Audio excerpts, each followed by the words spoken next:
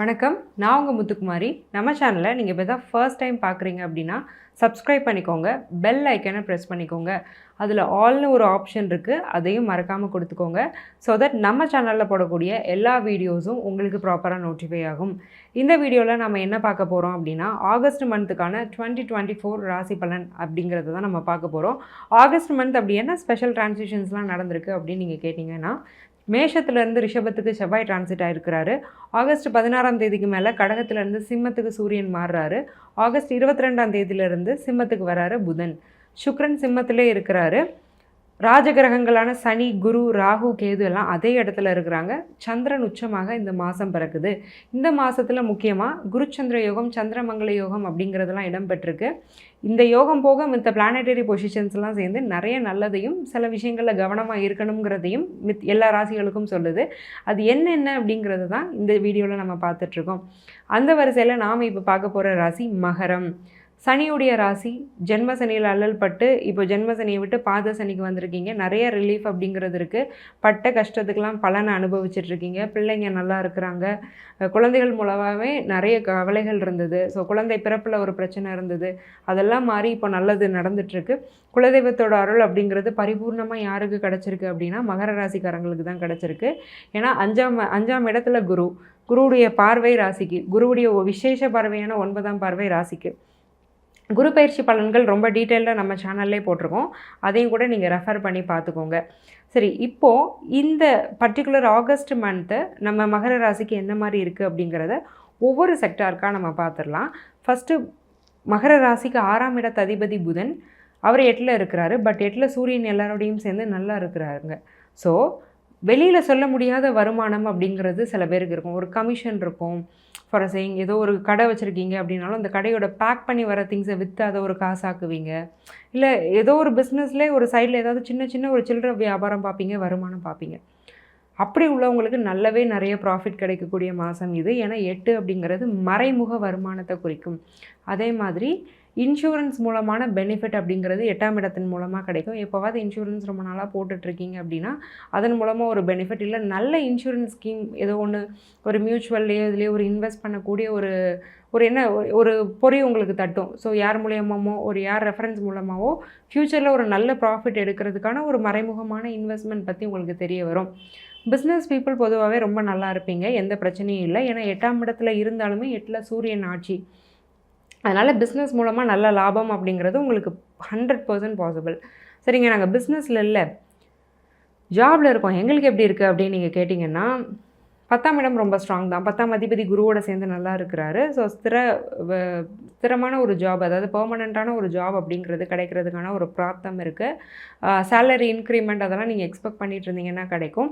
வெளியில் எங்கேயோ வேலை பார்த்துட்ருக்கேன், என் ஊருக்கே நான் ட்ரான்ஸ்ஃபர் வாங்கிட்டு வரணும், ரொம்ப நாளாக ட்ரை பண்ணுறேன் கிடைக்கல அப்படின்னா அது உங்களுக்கு இந்த மந்த் கண்டிப்பாக கிடைக்கும். ஜாப் சேஞ்ச் அப்படிங்கிறது பாசிபிள். வேலை மாற்றணும்னு நினச்சிங்கன்னா இந்த மாதம் நீங்கள் கண்டிப்பாக வேலை மாற்றலாம். நீங்கள் அட்டென்ட் பண்ணக்கூடிய இன்டர்வியூஸை நீங்கள் கிளியர் பண்ணக்கூடிய பிராப்தம் அப்படிங்கிறதும் இந்த மாதம் நிரம்ப இருக்குது. சரி, ஓகே. கணவன் மனைவிக்கு எப்படி இருக்கும் அப்படின்னா சூப்பராக இருக்கும்.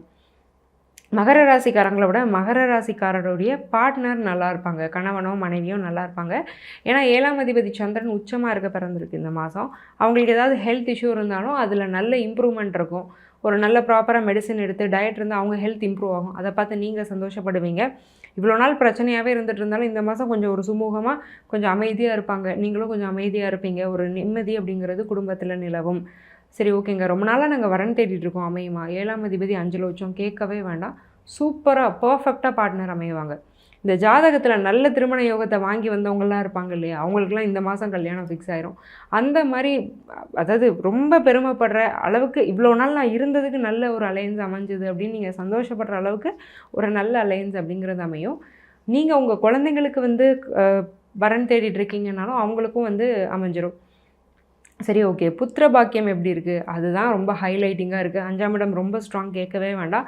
குழந்தெல்லாம் நிச்சயமாக யாருக்கு இருக்குன்னா மகர ராசிக்காரங்களுக்கு இருக்குது. உங்களோட பிள்ளைங்களுமே கன்சீவ் ஆகி நீங்கள் தாத்தா பாட்டி ஆகக்கூடிய யோகம் அப்படிங்கிறதுமே இந்த மாதம் நிரம்ப இருக்குது. சரி, எல்லாம் சொல்லிட்டீங்க. நாங்கள் ப்ராப்பர்ட்டி வாங்கலாமா அப்படின்னா 4ஆம் அதிபதி செவ்வாய் 5ல் இருக்கிறாரு. நிச்சயமாக வாங்கலாம். பட் வெளிநாட்டில் இருக்கிறீங்கன்னா வெளிநாட்டில் இன்வெஸ்ட் பண்ணி ப்ராப்பர்ட்டி வாங்குறது அப்படிங்கிறது வேணும். இங்கே உள்நாட்டுக்குள்ளே இந்தியாக்குள்ளே இல்லை உங்கள் ஊருக்குள்ளேயோ எங்கே வேணாலும் நீங்கள் வாங்கிக்கோங்க. மேபி அப்ராடில் இருக்கக்கூடிய மகர ராசிக்காரங்களாக இருக்கீங்கன்னா அப்ராடில் சொத்து வாங்குகிற விஷயம் அப்படிங்கிறது வேண்டாம். ஒரே ஒரு விஷயத்தில் மட்டும் கவனமாக இருங்க. யாரை நம்பியும் பணம் கொடுக்காதீங்க. கொடுக்கும் பட்சத்தில் திரும்ப வராது. ஏன்னா 6ஆம் அதிபதி போய் 8ல் இருக்கிறதுனால உங்களுக்கே தெரியும், இவங்கள்ட்ட கொடுத்தா கண்டிப்பாக நமக்கு திருப்பி கொடுத்துருவாங்க, பாவம் நமக்கு ஹெல்ப் பண்ணியிருக்காங்க, நம்மளும் பண்ணுவோம்னு நம்பி கொடுப்பீங்க. பட் அவங்க கொடுக்க முடியாத ஒரு சூழ்நிலையில் போய் மாட்டுவாங்க. அதுதான் 6, 8 காம்பினேஷன் அப்படிங்கிறது பண்ணும். எல்லாரையும் நம்பாதீங்க. பணம் உங்களுக்கு அப்படி உங்கள்கிட்ட போட இடம் இல்லாமல் பணம் இருந்ததுன்னா கொடுங்க, தப்பில்லை. பட் உங்கள் தேவைக்கே பணம் நிறைய தேவைப்படும் போது அடுத்தவங்களுக்கு கொடுக்காதீங்க. அது ஒரு தப்பான விஷயம். இந்த மாதம் அது முக்கியமாக நீங்கள் தவிர்க்க வேண்டிய ஒரு விஷயம். சரி, ஓகேங்க. நாங்கள் ஃபாரின் போகலான்னு ட்ரை பண்ணிகிட்ருக்கோம். எங்களுக்கு எப்படி இருக்குது அப்படின்னா 12ஆம் அதிபதி குரு 5ல் இருக்கிறதுனால ஃபாரினில் இருக்கக்கூடிய மகர ராசிக்காரங்க கூட திரும்ப இந்தியாவுக்கு வரலாமான்னு யோசிக்கக்கூடிய ஒரு நிலைமை தான் இப்போ இருக்குது.